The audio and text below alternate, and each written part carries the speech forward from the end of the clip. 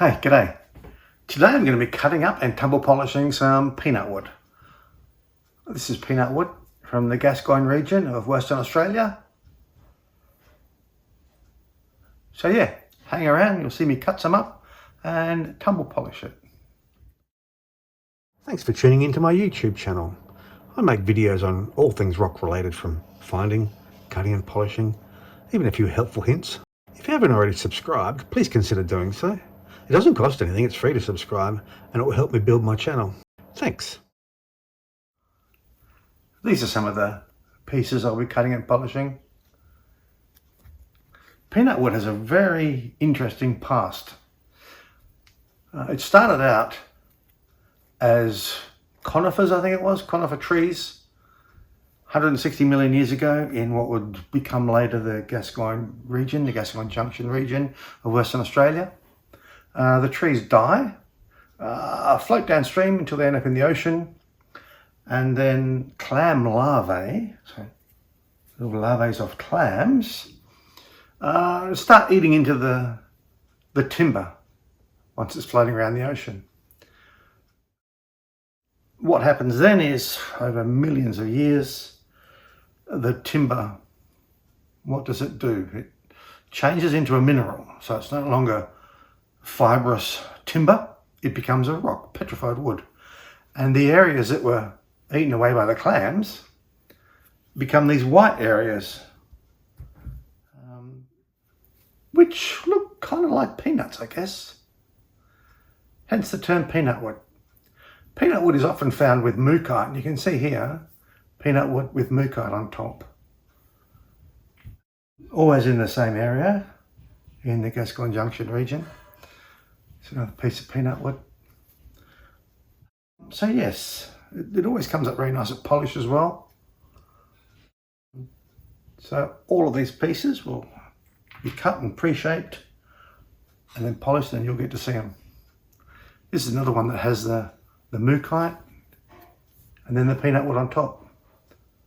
That should come up nice. Time to hit the saw. This is what I have, a kitty litter tray full of peanut wood. Most of these are double size already. A few more need to be cut up, like this one here.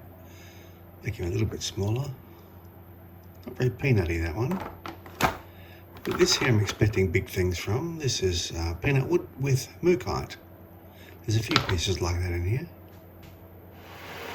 And so, let's round them off. The idea here is to treat them as if they're inside a barrel tumbling with other rocks. So just sort of tumbling it against the side of the saw until it reaches a nice rounded shape. It can wipe off weeks, if not months, off the stage one doing this on the saw. This is a matter of doing that with each rock. And here they are, all rounded, ready to be put into stage one.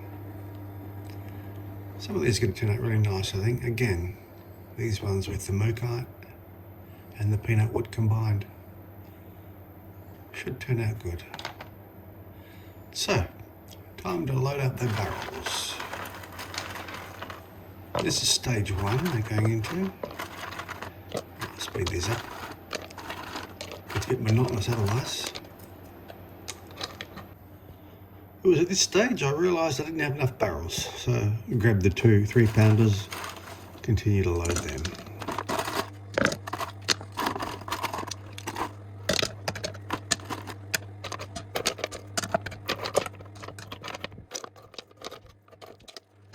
So they get filled up to about 2/3 with rocks, and then shake them down. Need to add some filler because they're quite large rocks. We need some smaller ones to get in between the bigger ones. This helps the grinding action. What is that? Odd bit of jasper. Might come out nice. So yes, the smaller pieces get in between the larger rocks and distribute the grit better than if they weren't there. Now this is the grit we'll be using. 46 grit silicon carbide. Each 3-pound barrel will get 3 tablespoons. So basically it's a tablespoon per pound of rocks. Again, I'll speed this up so that you don't get too bored. The 6 pounders get 6 tablespoons. Here we go. He goes in there. Now add some water. The water goes to just below the level of the top rocks. A bit too much in that one. I can tip some of that out. I'll tip into here. So yes, it can be pretty precise. 2/3 rocks, water to just below the level of the top rocks. And you'll be right, the lids go on. Well, these are the seals actually, so the seals go on.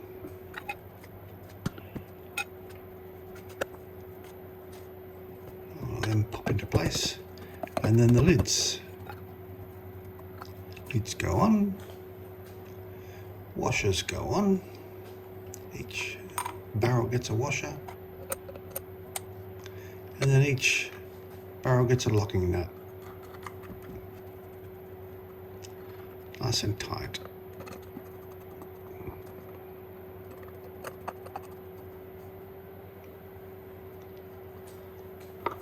Alright, time to put them into the tumblers. Give them a good shake first. So these are 6 pound barrels. This is what's called a QT66, so 2 6 pounds. I'm having a bit of trouble with it. You'll see in a minute what I mean. It's fine with one barrel. As soon as I add the second one, depending on how much weight there is, and there's quite a bit of weight in these barrels, it stalls. So the motor's still spinning and so are the rods, but it's just not spinning the rocks. So what I generally do at this point, and I did it here, is to give the barrels a bit of a wipe down on the edge. And I also used a bit of 3-in-1 oil on the bearings, and that seemed to help, and he's off and running. Now these small ones, where's the switch? There he is. Get these small ones going. This is never a problem, this one. It never seems to give up. Just goes forever. Chuck him in. Keep him in good shape. All that grit stirred around and chuck him in. They will go for about a week. Come back and empty those in a week. And here we are 1 week later. This is called a slurry. A slurry of water and grit and rock. Isn't that disgusting? Give that a bit of a rinse. Some have more of a slurry than others. It was really muddy, that one. This is our first glimpse of the shape of the rocks. Like I say, if I hadn't pre-shaped them, they would be going for a month to try and get down to these sort of shapes. Because I did, 1 week is fine. Now into stage 2. Stage 2 is done in the vibratory tumbler. And we're using 220 silicon carbide for this. And because it's a vibratory tumbler, it uses a lot less grit. So just the 3 tablespoons for the whole lot. Whereas before we were using 12, 18 tablespoons for the lot. Now we're only using 3. So it goes on, push goes down, lock nut goes down. And just 2 days. This is the other advantage to using a vibratory tumbler. Much less grit. Just 2 days for each stage instead of a week. And also, it's less fussy about the hardness of rocks. It doesn't care so much if you've got slightly softer rocks in with hard ones, whereas if you were using a rotary, the hard ones can tend to bash the softer rocks a bit and not let them gloss. Right, so a quick rinse again. That's looking nice, as you see. So from here they get a good rinse under fresh water. Scrub with a toothbrush. Oh, there's that one again. Jasper, I think. Yes, and then back into the barrel after a good scrub. Now in stage 3, which is 600 grit silicon carbide. Again, 3 tablespoons. There we go. I'll speed these up. It's 2 and it's 3.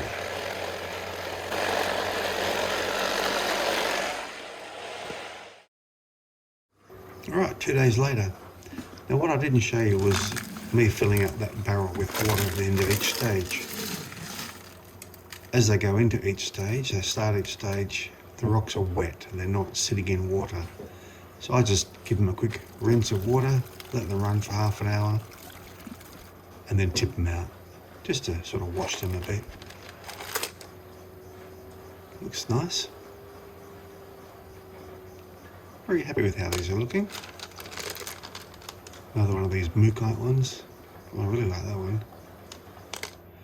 So another quick rinse and into stage 4, final polish. And for final polish I will be using 1 micron aluminium oxide. Again, 3 tablespoons. It's a bit bigger than a tablespoon now, but there's a lot of rocks in this. This is really probably about the maximum you could put into one of these bowls. So 3 tablespoons in there.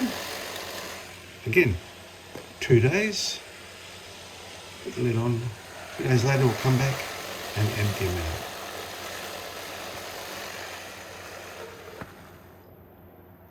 And here it is, 2 days later. Again, I've just filled it with water half an hour beforehand, just to rinse them off a bit. In they go. I will now get another good rinse under running water before we move on to another stage, which some people don't do, and that is a borax. So this, I think, is known as a burnishing stage. Why that is, I don't know. To me, it just gets out polish and grit that might be stuck in some of the crevices in the rocks.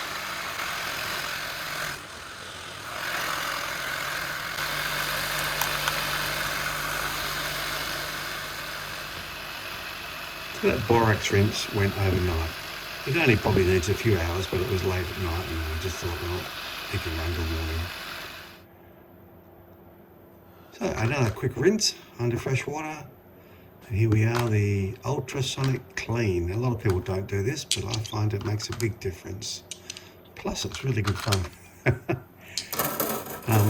So yeah, rocks go into the ultrasonic cleaner with some water, just water. I don't use any detergent or anything at this point, just fresh water. Fill up that one, fill up the smaller one. In a minute, fill up the smaller one.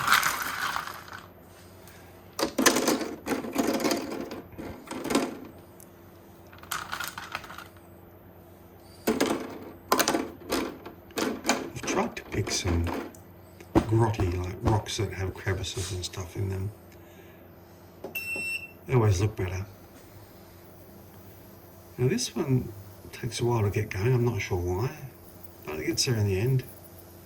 You'll see little puffs of what looks like smoke coming out of the rocks, and what that is bits of polish and grit that have been stuck in the crevices. You can just see it there in the centre. Smoky. This one works a bit quicker. I always forget where the on button is. It's in there where it says on. And off we go. Little clouds, little puffs of smoke coming out of them. It's fantastic. And here are the finished pieces of peanut wood. Beautifully polished. Peanut wood, like any petrified wood, glosses very well. So I'm happy enough with these. Alright, what I've ended up with is a lot of peanut wood, but what I'm going to keep for myself, there's 2 pieces I've picked out. Both of them are the peanut wood with mookaite, because it's a bit rarer than just peanut wood on its own. So these are going to my own personal collection of polished rocks. And that leaves me with 2 containers of peanut wood. So these are the white and black tones.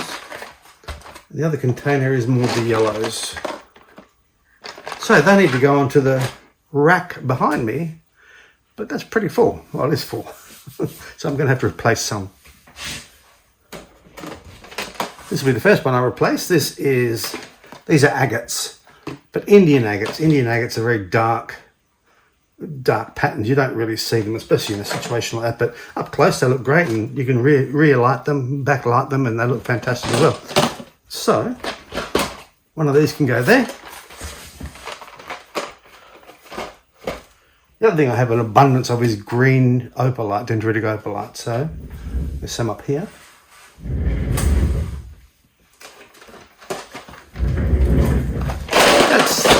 That's going to be replaced with the yellow peanut wood.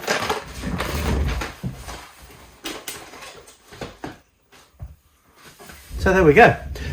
All of these rocks, along with probably about the same again, I'm going to have for sale at our rock club on the 23rd of November.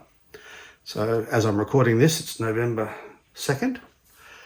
So I plan on getting a few more batches done, really colourful rocks, and they'll be all for sale at my stand at the rock club I'm in. I will put some information on that in case anyone's in Perth and wants to come and have a look. Be some real bargains there.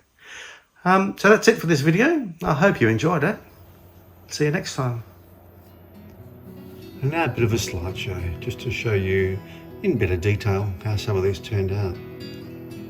Most turned out really good. I'm very happy with them. Like I said, you can't really go wrong with petrified wood, getting a gloss on them. Yeah, there's all sorts of nice patterns here. I'll just leave you listening to some music and watch some pretty rocks.